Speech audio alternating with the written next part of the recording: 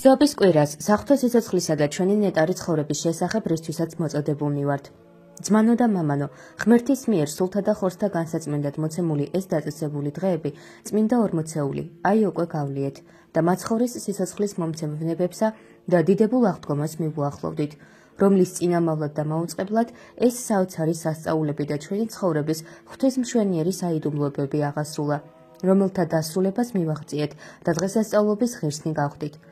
ვისაც საფლავში 4 დღის აყროლებული ლაზარეს აღდგენა ბეთანიაში სურდა, იქიდან სახედარზე მჯდომარეს იერუსალიმში შეცვლა, ხალხის სიმრავლის მიერ ხეების რტოებით მიგებება და ყრმების მიერ საქები გალობა, ვინც ქერუბიმების ეტლზე მჯდომარია და ყველასგან ზეციერთა, მიწიერთა და ქვესკნელში მყოფთაგან იდიდება, მან ეს ყველაფერი ჩვენი გადარჩენის გამო კაცთმოყარეობით აღასრულა.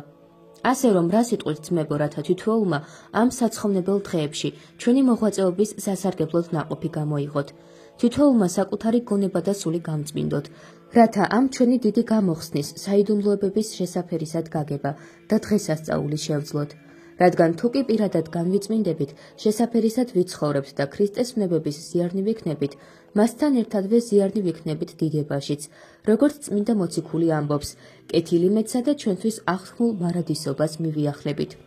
ოღონდ ზარმაცები ნუ ვიქნებით, ნურს დავძაბუნდებით იმისთვის, რისი გაკეთებაც ჩვენ გვევალება. რასაც თქვენ ცხოვრებას ვხედავ, მორჩილების კანონისა და მოღვაწეთა უბრალო გარეგნობისგან მოკლებულად აშკარად არაფერს ვფიქრობ, რაც თქვენი ცხონების თავია, ხოლო შინაგანი ადამიანის დაცვა დაუზიანებლად სიცოცხლით და უფლისათვის სათნოდ გქონდეთ, რათა თქვენ მიერ მეც ეს ხატაკი წყალობას შევხვდე. ამიტომ ღმერთს დიდება ერთად მივაგოთ, რათა ამ კეთილი ნაწილის გამორჩევის ღირსნი გავხდეთ, როგორც ლაზარეს დებს, მართას მარიამის შესახებ უთხრა უფალმა, მსგავსადვე იესოს ფეხებთან დაჯდომა და მისი სიტყვების გულმოდგინეს მენა ვირჩიოთ. ცხლებმა იზრუნონ და ამ ქვეყნიურ საზრუნავთა გამო უფრო მეტად გაილაღონ, როგორც მეუღლეთა, შვილთა, შენაძენთა და საჭიროებათათვის, ხოლო ჩვენთვის მხოლოდ ერთი საზრუნავი იყოს, თუ ღმერთს მოსაწონი როგორ გავუხდეთ.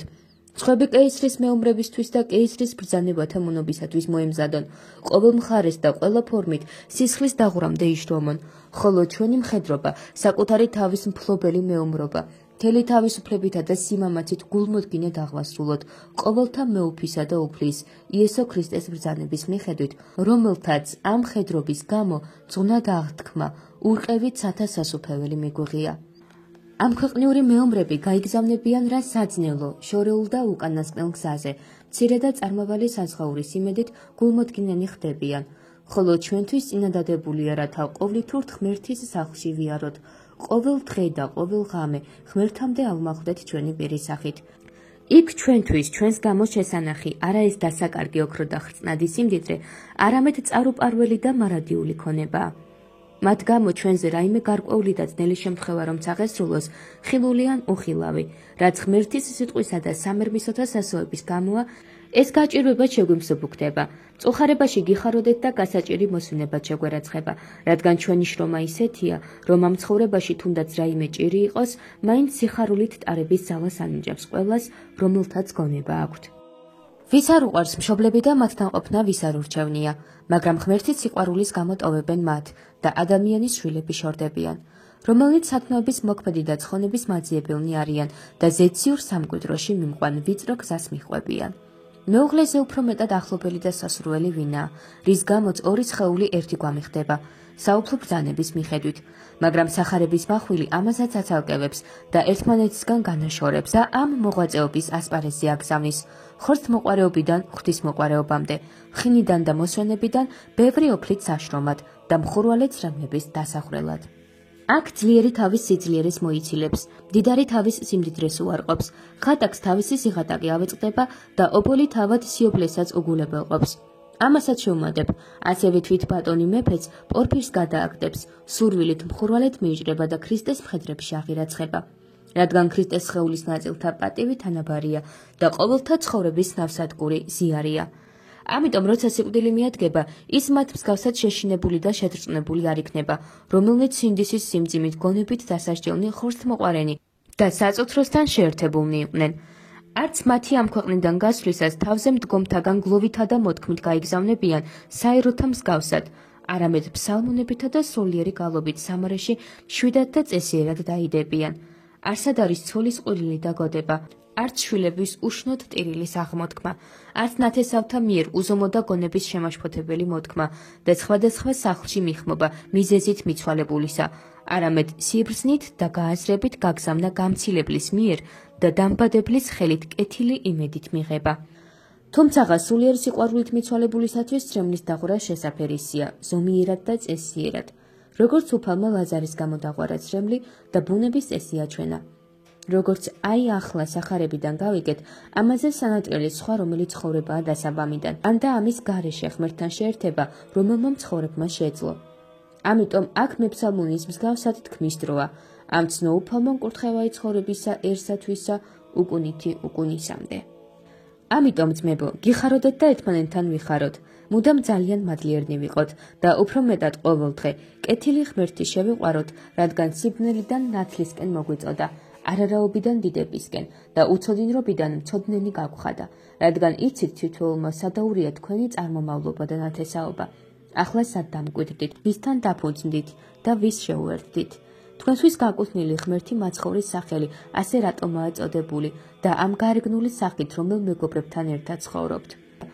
ხოლო ეს მომავალი აღთქმული სიკეთეების მომასწავლებელია, მხოლოდ თუ კი ამ წინადადებულ შრომას სრულად აღვასრულებთ, მორჩილებაში მოუწყენლად გამოცდილები გახდებით და მოღვაწეობის ნაყოფს მოიტანთ, როგორც სულიერ სამოთხეში, ყველა გულმოდგინე მსახურებაში, საძმოს საქმეში, მონასტერსა თუ ყველაფერში.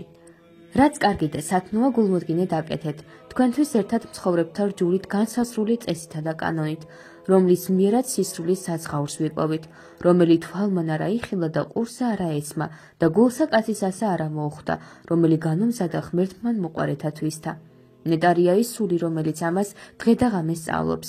ამ ქვეყნისთვის უცხოდ მიიჩნევს თავს და მოღვაწეთა ამ ნეტარ იმეცელის, დიდი ღმერთისა და ჩვენი მაცხოვრის იესო ქრისტეს გამოჩენას, რომლის გამოც ამბობს, სასოება იგი კეთილთა გამოჩინებასა მოელის შულთა ღმრთისათა, რამე თუ თვით იგი დაბადებული განთავისუფლდეს მონებისაგან ხრწნილებისა აზნაურებასა, დიდებისა შულთა ღმრთისათა.